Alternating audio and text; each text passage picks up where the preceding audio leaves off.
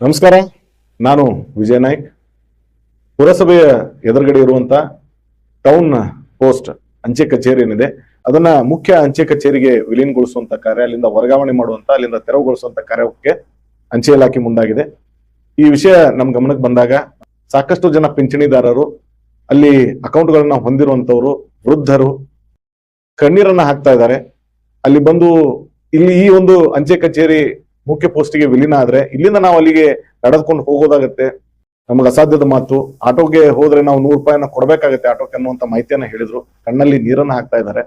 ಈ ವಿಷಯವಾಗಿ ಅಂಚೆ ಇಲಾಖೆಯ ಬೆಳಗಾವಿಯ ಪ್ರಧಾನ ಅಧೀಕ್ಷಕರು ರಾಮದುರ್ಗಕ್ಕೆ ಬಂದಾಗ ಅವ್ರನ್ನೂ ಸಹ ನಾವು ಸಂಪರ್ಕ ಮಾಡಿ ಅವ್ರು ಮನವೊಲಿಸುವಂತ ಪ್ರಯತ್ನವನ್ನ ಮಾಡಿದ್ವಿ. ವಾಸ್ತವಿಕತೆಯ ಬಗ್ಗೆ ಅವ್ರಿಗೂ ನಾವು ಸಾಕಷ್ಟು ತಿಳಿಯನ್ನ ಹೇಳಿದ್ವಿ. ಆದ್ರೂ ಕೂಡ ಅವರು ಇದಕ್ಕೆ ಮುಂದಾಗಿದ್ದಾರೆ.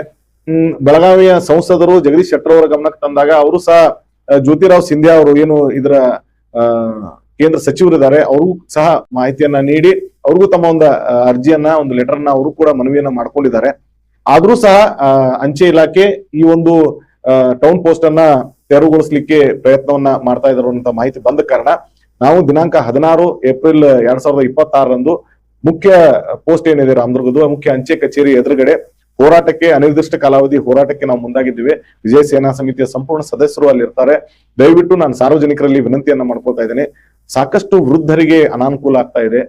ಅಲ್ಲಿ ಪಿಂಚಣಿದಾರರು ಎಲ್ಲರೂ ವೃದ್ಧರಿದ್ದಾರೆ. ಅವ್ರಿಗೂ ಸಹ ಪೋಸ್ಟಿನ ಕೆಲಸಗಳಿಗಾಗಿ, ಅವರ ಪಿಂಚಣಿಯನ್ನ ಪಡಿಲಿಕ್ಕಾಗಿ, ಮತ್ತೆ ಅಲ್ಲಿಂದ 1 ಕಿಲೋಮೀಟರ್, ಇದು ಕೇವಲ ರಾಮದುರ್ಗ ಸಿಟಿ ಒಳಗಿರುವವರಿಗೆ ಮಾತ್ರ ಅಲ್ಲ, ಅಲ್ಲಿ ನಾವು ಗಮನಿಸಿದಂಗೆ ಸಾಕಷ್ಟು ಹಳ್ಳಿಗಳಿಂದ ಕೂಡ ಜನರು ಅಲ್ಲಿ ಬಂದು ತಮ್ಮ ಪೋಸ್ಟಲ್ ಕೆಲಸಗಳನ್ನ ಮಾಡ್ಕೊಳ್ತಾ ಇದ್ದಾರೆ. ಅವ್ರಿಗೂ ಸಹ ಸಾಕಷ್ಟು ಅನಾನುಕೂಲ ಆಗುತ್ತೆ.